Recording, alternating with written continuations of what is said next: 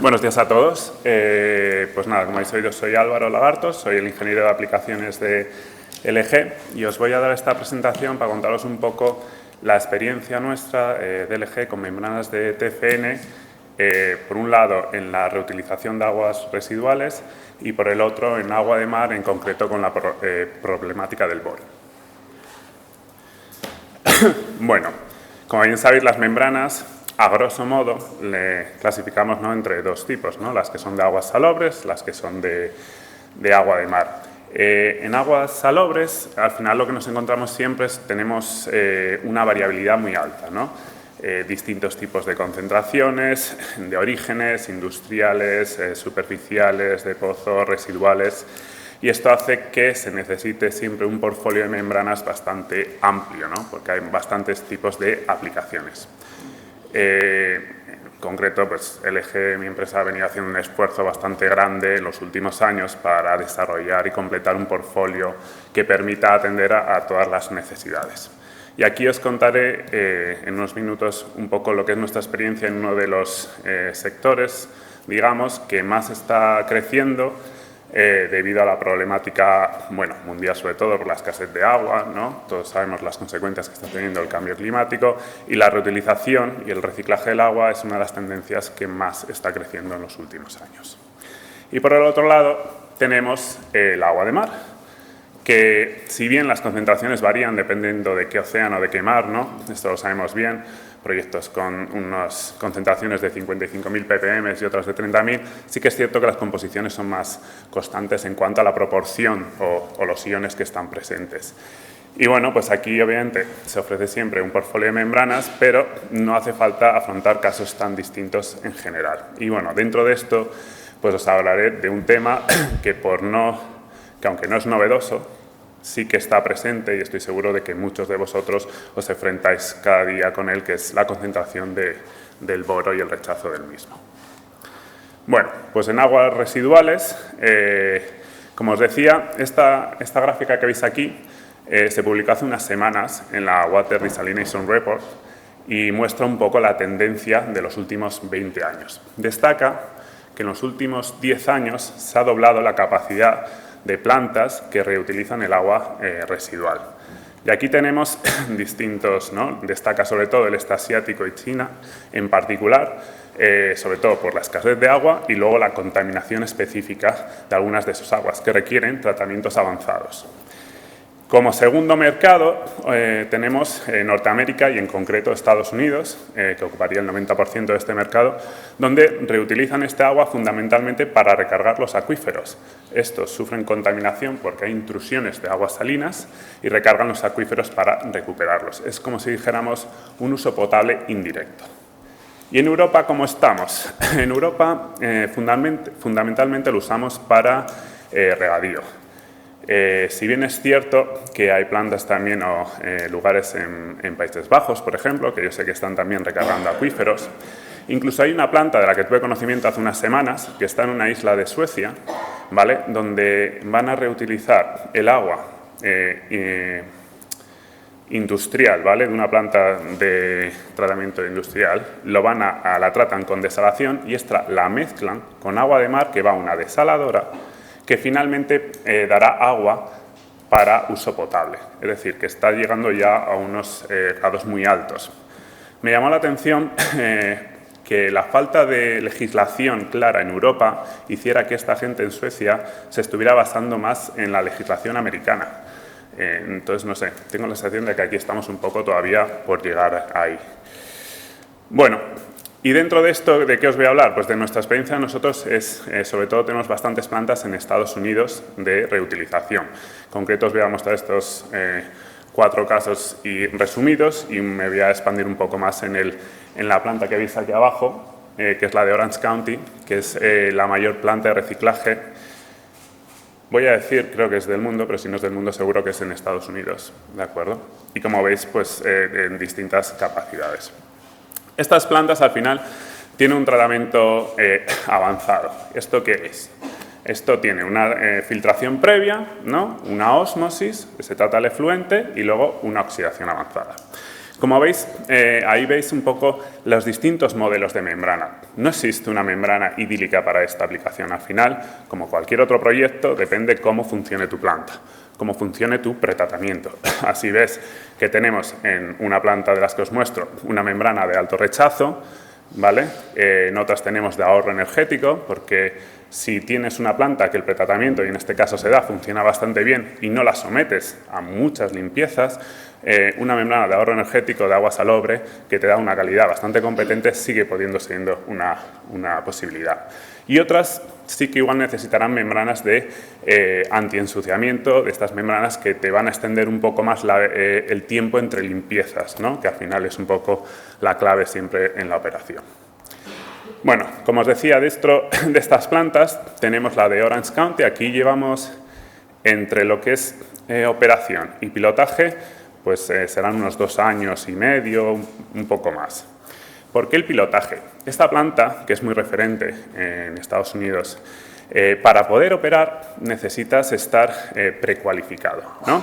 Para estar precualificado tienes que estar en una especie de pilotaje, ¿vale? Funcionando por más de 1 año. Nosotros tuvimos 1 año y medio aproximadamente. Ellos tienen 3 etapas y tienen una serie de tubos de cajas de presión satélites, ¿no? Donde introducen las membranas para el pilotaje. Y bueno, tiene que cumplir una serie de condiciones, ¿no? Una conversión mínima, un flujo específico mínimo, dar unos parámetros de calidad y someterle a un par de limpiezas durante el año. Como veis, aquí probamos la membrana de ahorro energético de FN y en los resultados durante este pilotaje se dio la membrana que tenía el flujo específico más alto. ¿En qué se traduce esto? Esto al final se traduce en una eficiencia energética muy alta para este tipo de aplicación. Desde el punto de vista del rechazo, cómo se comportó la membrana, como podéis ver, no fue la que mejor se comportó, pero sí estuvo en un rango bastante competitivo y en todo momento satisfaciendo las necesidades que tenía esta planta. Estos son ya resultados de la operación de marzo, tras aproximadamente unos 8 meses de operación y como veis, abajo podéis ver los objetivos de calidad que había en cuanto al agua final y veis cómo los resultados del permeado están cumpliendo muy satisfactoriamente estos objetivos. Bueno, hasta aquí lo que os tenía que contar de reutilización. Ahora voy a pasar a agua de mar y, como os decía, al tema del boro. Ay, el boro, ¿verdad? Yo llevo más de 10 años y es uno de esos temas que en desalación de agua de mar no desaparece. Parecía, ¿no?, que hace como 10 años, cuando la Organización Mundial de la Salud decidió incrementar esa concentración recomendada de 0,5, que desde luego era un quebradero de cabeza para todos los diseños de las plantas, a 2,4 se solucionaba el problema. Y es cierto que esto en muchos países es así. En el Medio Oriente la mayor parte tiene 2,4 y es una concentración muy fácil de alcanzar con casi cualquier tipo de membrana. Sin embargo, esta realidad está muy lejos en muchos otros países, incluido el nuestro, en el que tiene legislaciones mucho más restrictivas. ¿Por qué tiene estas legislaciones más restrictivas? Bueno, antes habéis oído, al final el uso del agua de desalación no es solo agua potable, sino también parcialmente muchas veces se usa para agricultura. Y ahí está el kit del problema, porque las plantas necesitan el boro. Es un nutriente esencial para que crezcan. Pero si rebasas ciertas concentraciones se convierte tóxico. Y esta concentración varía dependiendo de la especie que crezca. Si tenemos limones será una, si estamos creciendo patatas será otra, varía. Y por tanto necesita tener un control mayor. Pero ¿por qué es el boro un problema tan grande, ¿no? Al final no son concentraciones tan elevadas. Y muchos iones, ¿no?, con la desalación alcanzamos rechazos con membranas de ósmosis del 98, 99%. Sin embargo, el boro, estos rechazos suelen bajar drásticamente en torno al 90%. Y la razón viene porque el boro está presente como 2 tipos de especies, ¿no? Tenemos por un lado el bórico, ¿vale?, y por otro lado los boratos. El bórico es una molécula que es pequeña y además es neutra, con lo cual cuando se enfrenta a la membrana de ósmosis no es muy bien rechazado. Por el contrario, los boratos tienen una carga negativa y, si sabéis, las membranas, la capa activa, el componente fundamental, la polamida, tiene una carga negativa, con lo cual esto favorece que se rechacen, que se repelan y por tanto mejora el rechazo. Bien, estas dos especies se encuentran en equilibrio, dependiendo a una temperatura dada qué variables influyen. Por un lado está el pH, seguro que lo conocéis bien, obviamente, que es incrementar el rechazo de boro, aumentamos o dosificamos sosa cáustica, ¿no? Incrementamos el pH y esto mejora. Y por otro lado está la fuerza iónica del agua. La fuerza iónica del agua quiere decir que a mayor fuerza iónica también mejora la fracción de boratos y por tanto el rechazo de boro. Esta fuerza iónica es función al final de la concentración de sólidos que tengamos en nuestro agua. Por lo tanto, aguas con mayores concentraciones de TdS nos proporcionan un mejor rechazo de boro. Bueno, y nosotros, membranas TFN, ¿qué tienen de particular? La particularidad de las membranas TFN que produce LG es que usan los nanomateriales en parte de la capa activa, de la estructura molecular, ¿de acuerdo?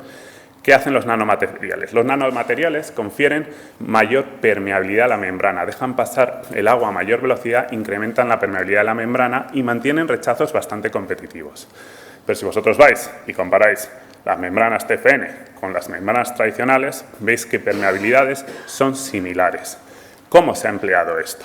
Bueno, se ha incrementado, en vez de la permeabilidad, se ha incrementado el rechazo. Cuando se fabrican membranas es muy difícil incrementar mucho el rechazo sin sacrificar la permeabilidad de la misma. Y en ese sentido, LG está usando los nanomateriales para compensar esas pérdidas de permeabilidad. Entonces, son capaces de, ofreciendo permeabilidades similares, rechazos más altos. De hecho, la última generación llegó hasta 99,89. En unos minutos entenderéis por qué os estoy contando esto también. Además del rechazo de sales, las membranas han mostrado en el campo, en general, un comportamiento muy satisfactorio cuando se refiere al rechazo de boro en particular. Entonces, aquí he hecho un poco de ejercicio, lo hacemos internamente, de entender o por qué mecanismos esto está ocurriendo, ¿no? El primero es una teoría que a alguien de mi empresa se le ocurrió, ¿vale? Hace unos años, en lo que decía, pues puede ser que el boro se esté enlazando con los nanomateriales y esto lo que hace, crea un gradiente, ¿de acuerdo?, de concentración entre lo que es la superficie de la membrana y la alimentación. Este gradiente impide o dificulta que las especies de boro se aproximen más a la superficie de la membrana y, por tanto, pasen al otro lado, al permeado. Vale, hasta aquí todo muy lógico. Personalmente le veo bastantes puntos de discusión. Por un lado, no hemos tenido ninguna evidencia experimental. Por otro lado, pienso también que en desalación sabemos que hay una cosa llamada concentración de la polarización, que precisamente tiene una base similar, ¿no? Incrementa la concentración de solutos próximos, ¿no?, a la superficie de la membrana, pero este gradiente de concentración ahora, mirando en vez de hacia la alimentación, hacia el permeado, nos incrementa el paso de sales por difusión. Con lo cual, similares principios y resultados opuestos. Y por el otro lado, yo estaba contando que los nanomateriales dan mayor permeabilidad.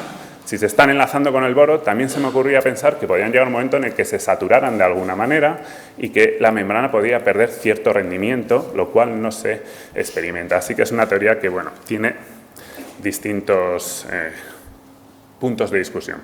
Otra teoría sería un poco en base a lo que os contaba antes, las variables que interfieren, ¿no?, en la fracción de boratos, ¿no? Y una era la fuerza iónica, que decía que mayor concentración de TS tiene mayor fuerza iónica, mayor fracción de boratos y, por tanto, mejor rechazo. Como os contaba, las membranas de TFN tienen rechazos muy elevados y, por tanto, si pensamos en un tubo, ¿vale?, pensar desde la membrana 1 entra la alimentación, el rechazo alimenta a la segunda, el rechazo de esta a su vez a la tercera y así sucesivamente todo el tubo. Como tienen un rechazo muy elevado, eso quiere decir que ese rechazo de cada membrana que alimenta a la siguiente también tendrá un TdS mayor de lo que tendría con una membrana de menor rechazo y, por tanto, podría estar favoreciendo. Así que hicimos dos test muy básicos, ¿vale? Uno en laboratorio, membranas cupón, comparando una membrana TFN con una tradicional, ¿vale? Diferencia la veis ahí, 0,03 en el rechazo. Y las expusimos a dos tipos de soluciones, una de 32.000 y otra de 42.000. Y vimos que en la primera había 0,9 de diferencia entre la de TFN y la tradicional en cuanto al rechazo de boro, y cuando incrementábamos en condiciones de mayor fuerza iónica, de mayor TdS, esta diferencia se incrementaba. Y por otro lado hice un ejercicio muy básico. Yo dije, bueno, voy a coger una proyección con nuestro software, el QPlus, que te permite crear distintas membranas, ¿vale? Y me creé otra membrana con todo igual, menos el rechazo de sales. Y obviamente el resultado, aunque es muy mínimo, eso es cierto, había una influencia, porque al final, obviamente, el programa está siguiendo ecuaciones en base a lógica que os estaba contando, con lo cual sí que hay influencia. ¿Suficiente? Pues no lo sé. Lo que sí quería enseñaros eran los dos casos en los que existe, dos casos en particular, para que veáis el comportamiento real en planta. La primera es Malta. Es la desaladora de Pembroke, que es la mayor desaladora que hay en Malta, ¿vale? Son aguas de pozo, temperaturas bastante estables y entre 20 y 22 grados. Particularidad aquí es que bajan el pH, 6.7, y no se vuelve a subir. Si recordáis lo que os he contado antes, esto no juega en favor de mejorar el rechazo de boro. Y aquí el objetivo son 0,9. Tenemos membranas desde el 2016, marzo. Los resultados que obtenemos es de una alimentación entre 4,7 y 4,9, nos vamos a un permeado en torno a 0,5, que está bastante bien. Pero entonces yo hice el ejercicio de decir, bueno, vamos a ver a qué equivaldría esto en la especificación de la membrana en cuanto al rechazo de boro. Y lo que vi es que el rechazo medio, la especificación media de rechazo de boro de las membranas que están en esta planta están en torno al 95%, con picos a veces incluso del 96%. Siguiente ejemplo, Las Palmas 3. Esta es una planta que está en Gran Canaria. Es la segunda más grande que está en las Canarias, si no estoy mal informado. Y aquí tenemos agua de toma abierta, con lo cual hablamos de un rango de temperatura más amplio. Y también veis una conversión muy elevada. Es una planta que tiene una configuración con múltiples etapas y trabajan a conversiones muy elevadas. Aquí el objetivo es un ppm, la legislación de España, y tenemos membranas 2017. Mismo ejercicio, pasamos de 5,2, 5,3 aproximadamente, puede ser con incremento de esa línea de los dispositivos de recuperación de energía, a entre 0,6, 0,7, ¿vale?, en el permeado, a lo largo más o menos de este periodo de 2 años. Haciendo el mismo ejercicio que antes, lo que nos encontramos es que las membranas tendrían una especificación, las que están instaladas en esta planta, para el rechazo del boro en todo el 94 y el 95%. Así que, en definitiva, las membranas nuestras, normalmente, por la hoja de datos, me parece que ponen un 93%, sí que vamos encontrando cada vez más que en las plantas estamos encontrando rendimientos superiores a esto.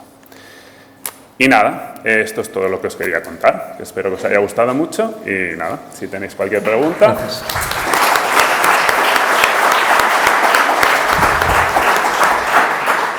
Sí. El hecho de usar nanopartículas o modificaciones en la membrana tiene una mayor influencia o no en el fouling de esa membrana y su comportamiento.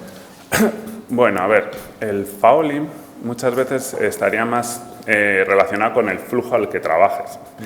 Entonces, al final depende, porque si tú usas las membranas, al final tienen una permeabilidad, con o sin nanopartículas. Y por tanto, mientras tú estés en flujos de trabajo adecuados, no tendría por qué influir negativamente, más que cualquier otro tipo de membrana. Se van animando. Espera, que se han animado.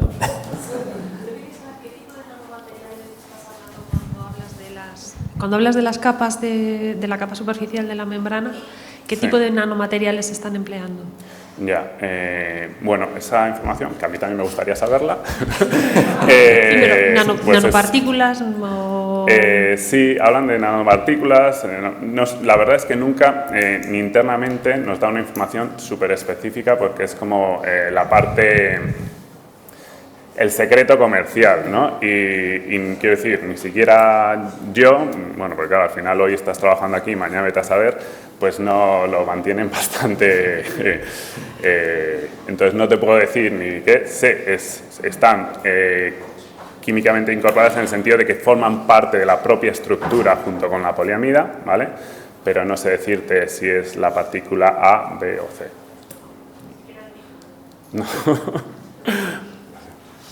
Pues, oye, muchas gracias, Álvaro. Venga, pasamos a la siguiente. A vosotros.